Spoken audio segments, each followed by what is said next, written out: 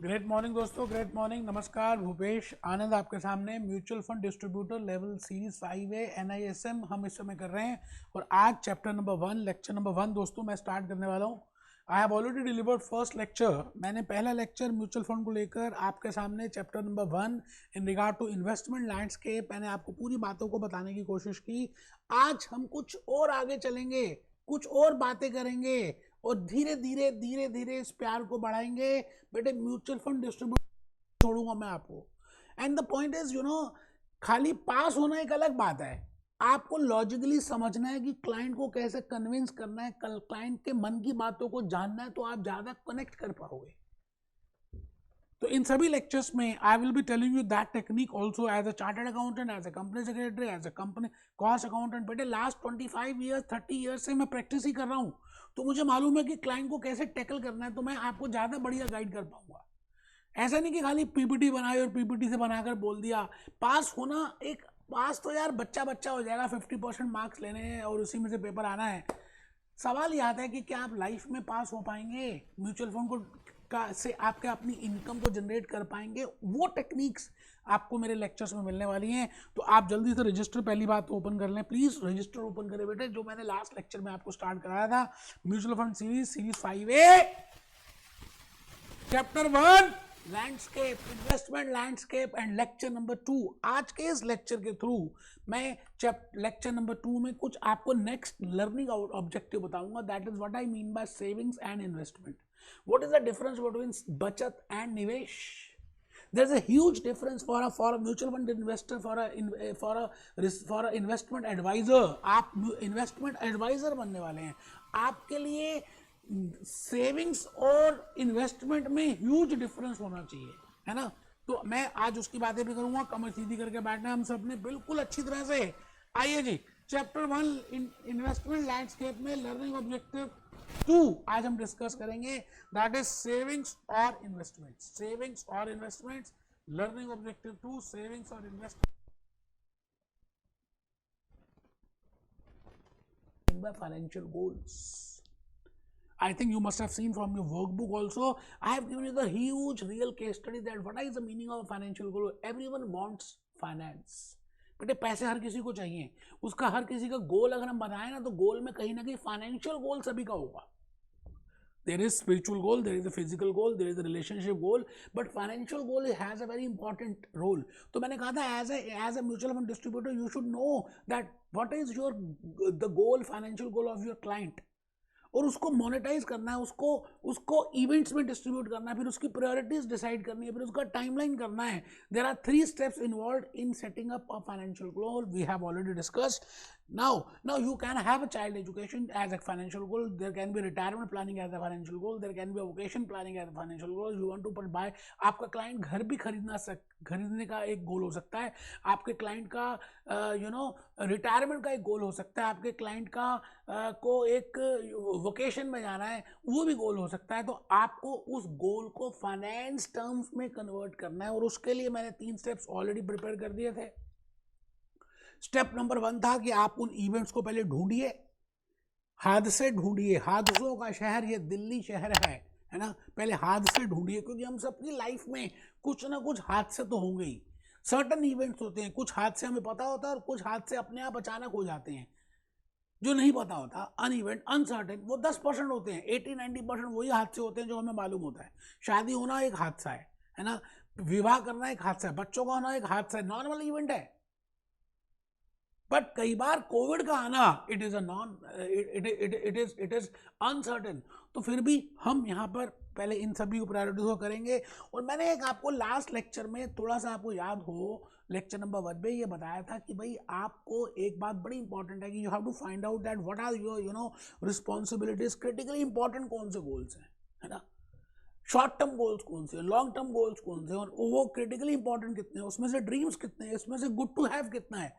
और उसके बाद फिर मैंने आपको कुछ रोज बना के दिखाई थी कि बड़े इंपॉर्टेंट जैसे इमीडिएट टर्म जो हमें एकदम ही चाहिए, हम उसमें डिले कर ही नहीं सकते। तो आप as a mutual fund distributor अपने इन्वेस्टर का ये मैट्रिक्स बनाने की कोशिश करेंगे और उसके बाद उसमें चेक करेंगे कि उसके लिए क्या रिस्पॉन्सिबिलिटीज हैं, उसके लिए क्या क्रिटिकली इंपॉर्टेंट है, उसका क्या सपना है, उसका क्या गुड टू हैव है, एंड उसमें नियर टर्म वाले कौन से हैं, मीडियम टर्म वाले कौन से हैं, लॉन्ग टर्म वाले कौन से हैं। It means you have to bifurcate that, because अगर जो इन्वेस्टमेंट जो इमीडिएट टर्म है ना बेटा 1 to 3 months में चाहिए, उसको तो आप डिले ही नहीं कर सकते। जैसे किसी की हॉस्पिटलाइजेशन एक्सपेंसेस हैं जो मीट करने ही करने हैं, ईएमआई पे करनी है तो मीट करना ही करना है, रेंट पे करना है तो करना ही करना है बेटा, that is a immediate term. तो मैंने आपको ये डिस्कस किया था कि immediate term, near term, medium term, long term में डिफरेंशिएट कीजिए। It is already given to you in the workbook, मैं भी वर्कबुक आपको दिखा दूंगा। मैं आपके सामने एक बात और कहना चाहता हूं कि I will be today, last lecture में फाइनेंशियल गोल्स में एक छोटी सी बात रह गई थी, that is in relation to Steve Jobs. मैं स्टीव जॉब्स तो नहीं, स्टीफन कोवी की बात पहले करूंगा। I will be firstly talking of Stephen Covey, उसके बाद मैं स्टीव जॉब्स की बातें करूंगा। आज आपको एक मूवी भी दिखानी है, भाग मिल्खा भाग की। बट स्टीफन कोवी ने एक बड़ी अच्छी किताब लिखी जिसका नाम था 7 habits of the rich people. जो अमीर आदमी हैं उनकी 7 आदतें कौन सी हैं। और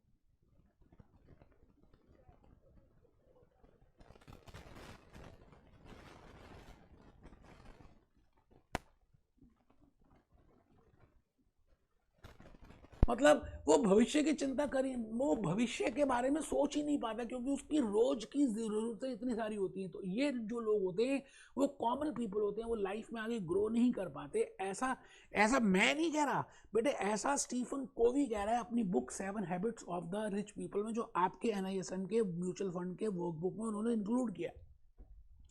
अच्छा, और 10% टाइम वो कहाँ पे लगाते हैं, एज पर Stephen Covey, which are urgent and which are not important. जैसे दोस्त से बात करना है ना, अर्जेंट है, इंपॉर्टेंट नहीं है। 90% क्या है, रोजी रोटी कमाना है ना, बेसिक नीड्स को पूरा करना है ना, that is urgent as well as important, उसका मैक्सिमम समय इसी में लग जाता है। लेकिन स्टीफन कोवी ये कहते हैं कि भाई साहब इस कोऑर्डिनेट में तो बिल्कुल भी टाइम यूज करना नहीं चाहिए जो नॉट इंपॉर्टेंट है और नॉट अर्जेंट है। जैसे टीवी देखना, एंटरटेनमेंट करना, अगर आप उसमें समय लगा रहे हैं तो आप वेस्ट कर रहे हैं, क्योंकि वो अर्जेंट भी नहीं है और इंपॉर्टेंट भी नहीं है। तो जो लोग ज़्यादा टाइम मोबाइल सर्फिंग में लगाते हैं, मोबाइल देखते रहते हैं, नेटफ्लिक्स देखते रहते हैं बेटे, वो लाइफ में आगे बढ़ नहीं पाते। एज पर Stephen Covey, that is 7 habits of the rich people. Rich people ने ये हैबिट्स नहीं अडॉप्ट की। इसका मतलब स्टीफन कोवी एक बात कह के चुप हो गए कि भाई ये जो कोऑर्डिनेट है ना, ये वाला जो कोऑर्डिनेट है, which are important but which are not urgent. अगर आपका इन्वेस्टर, अगर आपका client, because you are a mutual fund distributor, you are investment adviser for him, अगर आपका क्लाइंट, आप उसको सलाह देगी भाई आप उन चीज़ों में ध्यान दो जो इंपॉर्टेंट है और जो अभी अर्जेंट नहीं है, तो आपकी रिसोर्सेज बेटर यूटिलाइज होंगी। आपकी रिसोर्सेज के साथ साथ आपका टाइम भी बेटर यूटिलाइज होगा। आपको मालूम है पूरी दुनिया में हम ह्यूमन बींग्स की एक लाइफ साइकिल है, एज पर स्टीफन कोवी, है ना, उसको मैं डिस्कस करूंगा। तो ये बातें मैंने वैसे बता दी है। EMI of a house loan, it is very important, it is very critical and it is very important to pay. It is immediate term, you know. Rent of a house is same in the case. EMI of the car loan, car का loan देना बेटे critical भी है, नहीं तो वो गाड़ी उठा के ले जाएंगे। इट मीन्स आपको ये बातें थोड़ी सी पता चल चुकी है। मैं आपसे ये कहता हूँ कि एज पर स्टीफन कोवी जो टाइम लाइफ साइकिल उन्होंने बताई, उन्होंने कहा जी एक इंसान जब इस दुनिया में आता है और इस दुनिया से चला जाता है तो इसके बीच में 100 ईयर्स, 80 to 100 ईयर्स के बीच में वो लाइफ जीता है। और इस 0 से लेके 100 तक अगर हम देखें तो उसका टाइम स्पैन स्टीफन कोवी ने 3 पार्ट्स में डिवाइड किया, फेज 1, फेज 2, फेज 3। फेज 1 क्या है? अप टू मैरिज, आपके विवाह होने तक आपका समय, क्योंकि आप उसमें एजुकेशन लेंगे, आप स्कूल जाएंगे, आप कॉलेज में जाएंगे, आप कोई प्रोफेशनल डिग्री लेंगे, जैसे आप म्यूचुअल फंड का पेपर कर रहे हैं, तो 25 साल उसने वहां पे ले लिए। 25 से 60 साल जब आप कोई काम करेंगे, 25 के बाद शादी करेंगे, बच्चे होंगे, उनको पढ़ाएंगे, नौकरी करेंगे और फिर आप रिटायर हो जाएंगे। और थर्ड फेज है रिटायरमेंट के बाद, आफ्टर 60 ईयर्स, 80 ईयर्स तक या 100 ईयर्स तक जैसे आप जिएंगे। It means your life cycle is divided into 3 parts. अब एज पर स्टीफन कोवी मैक्सिमम टाइम जो है ना एक इंसान का, एक कॉमन आदमी का पहले कोऑर्डिनेट में लगता है, जो अर्जेंट भी है और जो नॉन अर्जेंट, जो इंपॉर्टेंट भी है। बट एज पर स्टीफन कोवी आप अगर पहले से ही फेज 1 में ही, मतलब जब आप 25 साल के हैं तब भी आप प्लानिंग करना स्टार्ट कर दें कि भाई मेरे को how much to invest, where to invest, when to invest, तो आपका फेज 2 और फेज 3 अच्छा जाने वाला है। आपकी रिसोर्सेज बेटर यूटिलाइज होंगी, आपका टाइम ज़्यादा बेटर यूटिलाइज होगा, तो आप अपने क्लाइंट को इस तरह से एक्सप्लेन कर सकते हैं। मेरी बात आप समझ रहे हैं? देखिए ये लेक्चर्स खाली पास होने के लिए नहीं है, पास तो हो ही जाएंगे, बट आपको ये ध्यान रखना है कि आपको क्लाइंट को कैसे कन्विंस करना है, आपको क्या बातें सोच के ये चैप्टर पढ़ना है, तो आपको सारी बातें एमसीक्यूज इजीली अटेम्प्ट कर पाएंगे। ठीक है जी। तो स्टीफन कोवी ने 3 फेजेस डिवाइड किए। आप लिखेंगे तो मुझे अच्छा ही लगेगा, बट नेचुरल है, मैंने आपके लिए लिखा है हैंड रिटन स्लाइड में, चाहूँ तो अभी आपको दिखाऊंगा, you know I have prepared that PPTs also. But PPT से क्या होगा कि आपका कनेक्शन और मेरा कनेक्शन वीक होगा। तो फेज 1 0 से 25 साल, जैसे आमिर खान की एक गाना आया था, ऊपर अल्लाह नीचे धरती बीच में तेरा जमीन, तू बीच में क्या करता है वो तेरे ऊपर है यार, है ना। तो phase 1 T1 to T25, phase 2 is T26 to T60, and phase 3 is from T60 to T100 or 80 as a case maybe. Just for explanation purpose I have told you. And there are so many events which are there in phase 1. phase 1 में आपको पता है क्या क्या events हो सकते हैं, phase 2 में क्या क्या इवेंट्स होंगे, phase 3 में क्या क्या इवेंट्स होंगे। phase 3 में रिटायरमेंट होगी, phase 3 में मेडिकल एक्सपेंसेस ज़्यादा आएंगे, phase 3 में आप आराम से बैठना चाहोगे, phase 3 में आपकी फिजिकल एक्टिविटीज़ कम होंगी। इट मीन्स आप अगर पहले फेज में ही what to invest, where to invest, how much to invest, कहाँ पे करें, अगर प्लान आप पहले से करते हैं तो आने वाले फेज 2 और 3 आपके बढ़िया हो गया। बस सपोजिंगली आप फेज 2 से प्लानिंग शुरू करते हैं तो आपको थोड़ा सा ज़्यादा अमाउंट इन्वेस्ट करना पड़ेगा, थोड़ा सा टाइम मैनेजमेंट में थोड़ा ध्यान देना पड़ेगा।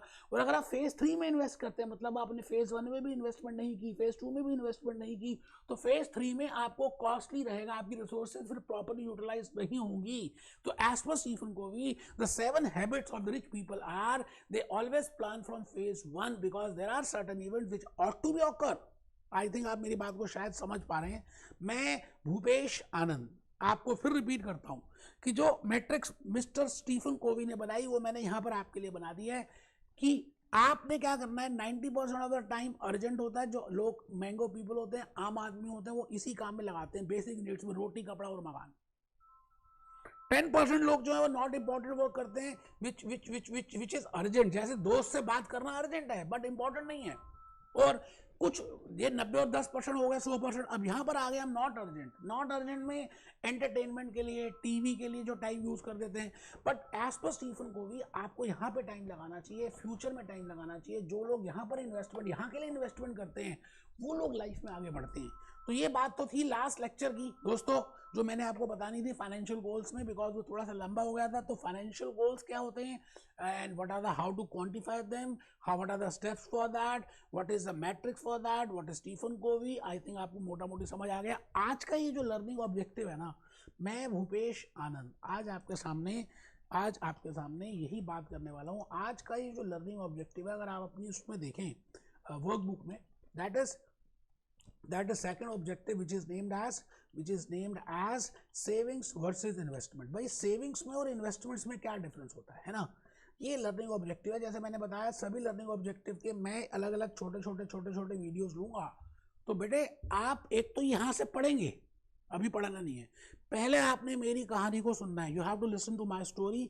मैं आपको जो बातें बताऊंगा उसको लॉजिकली समझना है ना। आज मैं एक वीडियो भी थोड़ा सा अटैच करूंगा जो आप मैंने दूसरे आई हैव कोर्सेज में उसको बनाया, लेकिन वो बड़ा इंपॉर्टेंट है कि आपको डिफरेंशिएट करेगा कि सेविंग्स क्या और इन्वेस्टमेंट क्या। आप एज ए कॉमन मैन की भाषा को देखें तो सेविंग्स और इन्वेस्टमेंट वो कहेगा एक ही तरह की होती है, सेविंग्स भी वही होती है, इन्वेस्टमेंट भी वही होती है। बट लॉजिकली अगर हम देखें तो सेविंग्स और इन्वेस्टमेंट अलग अलग है as a mutual fund distributor point of view. If I see from the mutual fund distributor point of view they are different. तो मैं भूपेश आनंद आज आपके सामने यही बात करने वाला हूँ that how they are different. आइए आइए दोस्तों, मैंने इसके लिए आपके सामने बड़ी प्यारी सी एक स्लाइड प्रिपेयर की है which I have shown you in the last lecture. अगर आप यूट्यूब में देखें तो बड़े लोगों ने खाली स्लाइड्स बनाकर ही बोलना शुरू कर दिया, they have not given the real life examples.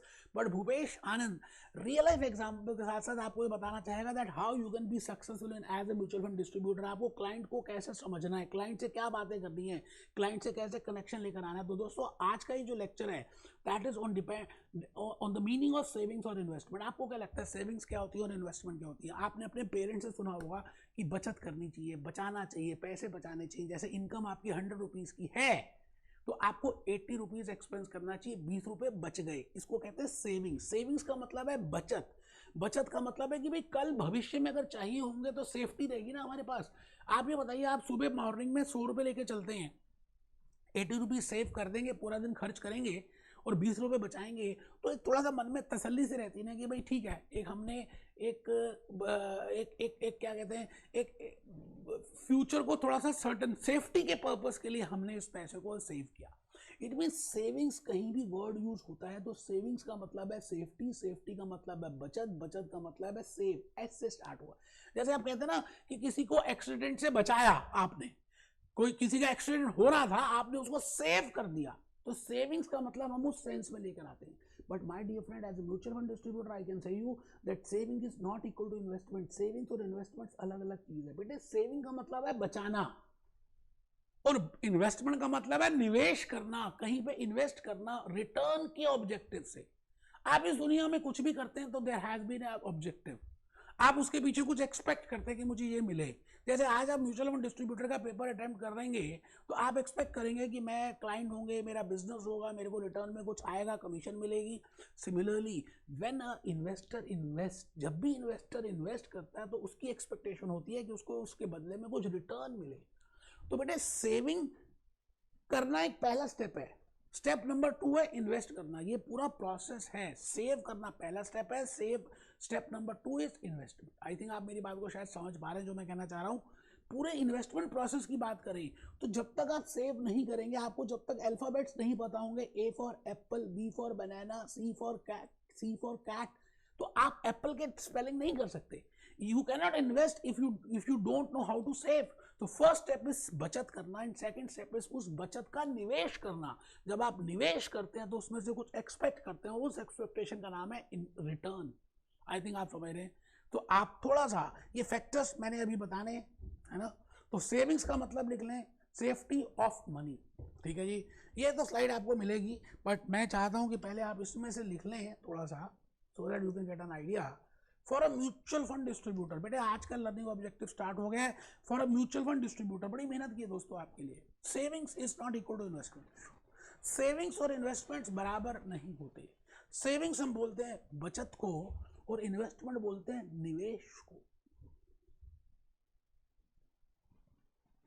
बचत की जगह दूसरा वर्ड मैंने यूज किया सेव, बचाओ, एक्सीडेंट से जैसे सेव किया। निवेश का मतलब है कि हमने अपना टाइम, अपनी मनी, अपनी रिसोर्सेज, अपने एनर्जी को यूज किया और कहीं इन्वेस्टमेंट की। क्योंकि आप सुबह मॉर्निंग में जाते हैं, रात को एक कॉमन है मैन घर में आता है, इतनी मेहनत करता है, कुछ पैसे मिलते हैं उसको इनकम, उसके बाद उसका एक्सपेंस करता है, कुछ बचते हैं। इसका मतलब उसने टाइम लगाया, रिसोर्सेज लगाई, मनी लगाया, उसको कुछ पैसे मिले, उसको उसने इन्वेस्ट किया, निवेश किया विद सम एक्सपेक्टेशन कि he will be getting return. That is investment. अच्छा आप ये बताइए, मैं आपसे बोलूं, आप किसी क्लाइंट को बोलें कि आप इन्वेस्ट कर दें, या आप एज ए इन्वेस्टर सोचिए। अब आप as a mutual fund distributor मत सोचिए। You don't think from the investor specialist point of view. आप अभी समय इन्वेस्टमेंट स्पेशलिस्ट नहीं है, आप एक इन्वेस्टर हैं, आप अपने पैसे इन्वेस्ट करना चाहते हैं।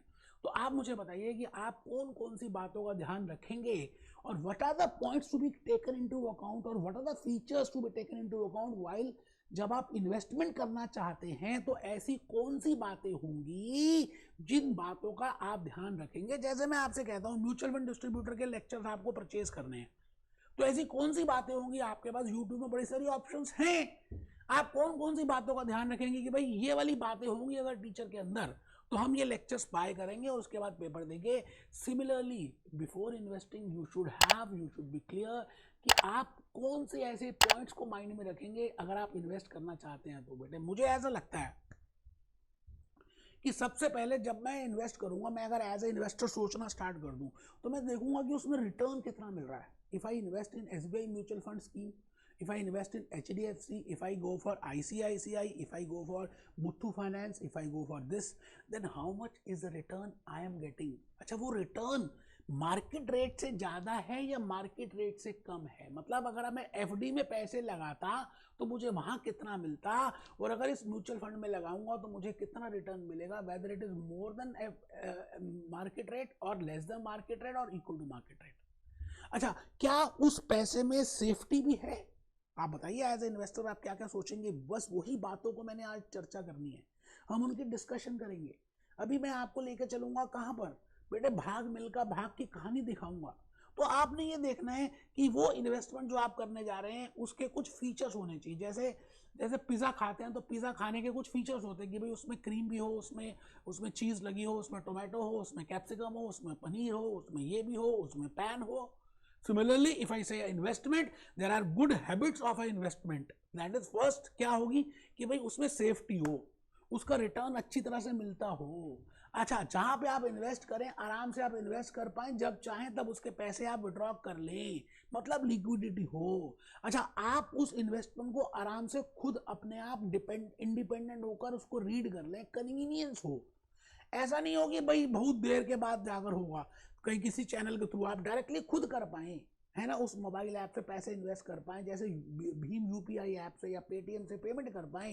इट मीन्स आप क्या देख रहे हैं, आप उसकी गुड क्वालिटीज देख रहे हैं कि ये क्वालिटीज होंगी तब आप इन्वेस्ट करेंगे। तो मैं आज आपके सामने वही बात बताने जा रहा हूं। आप पहले लिख ले for a return for investor.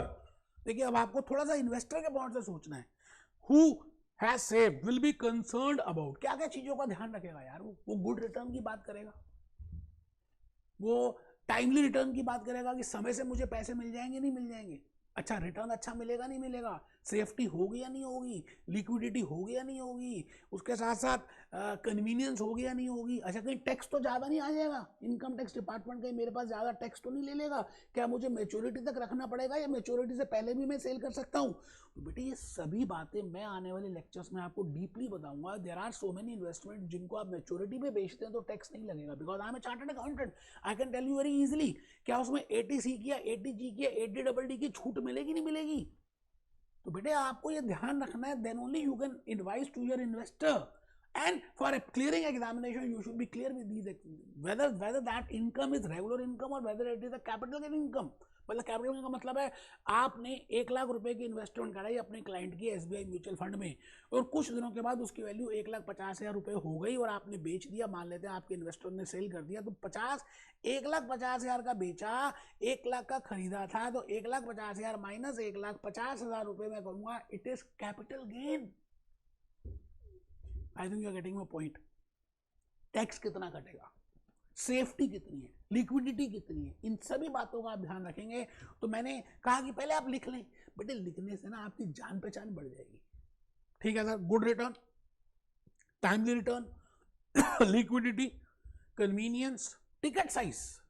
मतलब मेरे को 1 लाख रुपीज ही डिपॉजिट करने पड़ेंगे या 50 रुपए या 500 रुपए या 1000 रुपए से भी मेरा काम चल सकता है। क्या ये इन्वेस्टमेंट बड़े लोगों की है कि आपका टिकट साइज बड़ा होगा तभी आप इन्वेस्ट कर सकते हैं, या कोई भी इन्वेस्ट कर सकता है? क्या मुकेश अंबानी भी इन्वेस्ट कर सकता है? क्या एक रिक्शे वाला भी इन्वेस्ट कर सकता है? क्या मोदी जी भी इन्वेस्ट कर सकते हैं? क्या भूपेश आनंद भी इन्वेस्ट कर सकता है? तो आपको वो टिकट साइज देखना पड़ेगा कि मिनिमम इन्वेस्टमेंट कितनी है, मैक्सिमम इन्वेस्टमेंट कितनी है। क्या आप ऐसा देखेंगे या नहीं देखेंगे? आप मुझे सिंपल सी बात बताएं। आपको एक कप ऑफ चाय पीना होता ना, तो आप ध्यान रखते हो कि किस दुकानदार से मैं वो 10 रुपए की चाय लूं। तो बेटे यहाँ तो आप लाइफ की फाइनेंशियल गोल्स की इन्वेस्टमेंट कर रहे हो। तो सेविंग्स में डिफरेंस है, इन्वेस्टमेंट में डिफरेंस है, और इन्वेस्टमेंट करने से पहले इन बातों का आपको ध्यान रखना है, taxability of income and tax deduction. अब आप ये बताइए कि लिक्विडिटी की बात करें तो आपको पता है मैं लिक्विडिटी को समझाने के लिए कहता हूं कि गोल्ड है या घर है ना, दोनों आपके आप मालिक हो। अच्छा, गोल्ड को बेचने जाएं तो पैसे आप कन्वर्ट कर सकते हो, और घर को बेचने जाएं तो घर से भी पैसे आ सकते हैं। किसमें जल्दी आ पाएंगे? बड़ी सिंपल सी बात है बेटे, गोल्ड में जल्दी आ पाएंगे। आप किसी भी ज्वेलर के पास जाओ, मुथ्थू फाइनेंस के पास जाओ, आप गोल्ड गिरवी में रख दो और लोन ले लो, बड़ी जल्दी हो जाएगा बेटे, 24 घंटे में हो जाएगा, उससे पहले ही हो सकता है। बट घर को बेचने जाएं तो समय लग सकता है। इट मीन्स लिक्विडिटी की बात करें तो कितनी जल्दी वो पैसे में, पानी में कन्वर्ट हो सकता है, उसको बोलते हैं लिक्विडिटी। तो as a investor whenever you want to do निवेश, जब भी आप निवेश करेंगे, जब भी आप इन्वेस्टमेंट करेंगे, आप लिक्विडिटी का भी ध्यान रखेंगे, कन्वीनियंस का ध्यान रखेंगे कि क्या वो पैसे मैं खुद इन्वेस्ट कर पाऊंगा, उसका रिटर्न खुद देख पाऊंगा, उसका अपने आप लिक्विडेट कर पाऊंगा, उसको बोलते हैं कन्वीनियंस। उसके बाद वो रिटर्न जो मेरे को मिलेगा, क्या वो मार्केट रेट से ज़्यादा होगा, क्या वो रियल रिटर्न होगा, क्या वो नॉमिनल रिटर्न होगा, कितना रिटर्न होगा, इन्फ्लेशन को कंसिडर करेगा या नहीं करेगा। बिकॉज नॉमिनल रिटर्न जो होता है ना बेटे, उसमें रियल रिटर्न और इन्फ्लेशन रिटर्न दोनों आते हैं, है ना। ऐसा ना होना कि आपको 12% रिटर्न मिले और आप खुश हो जाएं, है ना, हाथी के दांत दिखाने की कुछ और है और खाने की कुछ और है, और एक्चुअली में 10% तो इन्फ्लेशन ही है। तो बेटे आपको 12% रिटर्न मिला ही नहीं, ये तो आप ऐसे ही मजाक कर रहे हो अपने साथ। आपको 2% रिटर्न मिला, बिकॉज 12% रिटर्न आपको जो मिला उसमें से 10% तो महंगाई का भत्ता ही होगा। जो चीज आज से 1 साल पहले 10 रुपए की आती थी, वही चीज आज 11 रुपए की आ रही है। तो एक्चुअल रिटर्न आपको तो 1 रुपए हुआ, अगर 12 रुपए का रिटर्न मिला, 2% हुआ। आप मेरी बात को शायद समझ पा रहे हैं जो मैं आपको कहना चाह रहा हूं। तो बेटे it is very important that you have to consider the return. उसके साथ साथ आपको बड़ी सारी बातों को और ध्यान रखना है। मैं एक बार दोबारा से स्लाइड में आ रहा हूँ और मैं चाहता हूँ कि एक बार आप उसको देख लें, फिर हम आगे चलेंगे। बेटे यहाँ पर आ गए जी, ये लो sir, factors to be evaluating investments. ये आपका लर्निंग ऑब्जेक्टिव 2 था। Safety, liquidity, return, convenience, ticket size, taxability of earnings, tax deduction. क्योंकि कैपिटल गेन का टैक्स रेट अलग है। अगर आप बीच में बेच देते हैं मैच्योरिटी से पहले तो आपको टैक्स रेट अलग लगेगा, और अगर आप मैच्योरिटी में बेचते तो टैक्स रेट अलग लगेगा। तो आपको ये भी बात ध्यान रखना है कि अगर मैं पहले बेचूंगा तो कितना लगेगा, बाद में बेचूंगा तो कितना लगेगा, और वो जो टैक्स है क्या वो मेरी इनकम से पहले से लेस हो जाएगा, उसको बोलते हैं टैक्स डिडक्शन एट सोर्स। तो there are so many provisions income tax act के अंदर, एटीसी की बड़ी सारी ऐसे क्लॉजेस हैं, ऐसी प्रोविजंस हैं जिसमें आपको छूट मिलेगी। तो वो सारी बातें हम डिस्कस करेंगे कि छूट कैसे मिलेगी, कब मिलेगी, वो सब बातें देखेंगे। आप एक छोटा सा गाना पहले देख लीजिए, भाग मिल्खा भाग का। बेटे मैं जो गाना दिखाना चाहता हूँ वो भाग मिल्खा भाग का है। आपको as a mutual fund distributor भागना है जैसे मिल्खा भागा, आप पूरी एनवायरनमेंट के अगेंस्ट, फिर भी आपको अपने डिस्ट्रीब्यूटरशिप बनाकर पैसे कमाने। ये बात आप शायद समझ पा रहे हैं जो मैं कहना चाहता हूँ। तो पेपर तो क्लियर हो ही जाएगा यार। हम इस समय डिस्कस कर रहे हैं कि क्लाइंट को कैसे बनाएं, अपनी प्रैक्टिस कैसे सेट करें, जैसे मैंने प्रैक्टिस सेट की, सो दैट लाइफ में अपना सपना पूरा करना है। मिलेंगे, be happy, B jolly, B cheerful. Lecture number 3 में मिलूंगा लर्निंग ऑब्जेक्टिव 3 के साथ कि इन्वेस्टमेंट की बेसिस कहाँ पे एसेट क्लासेस हैं। ठीक है सर, मिलते हैं।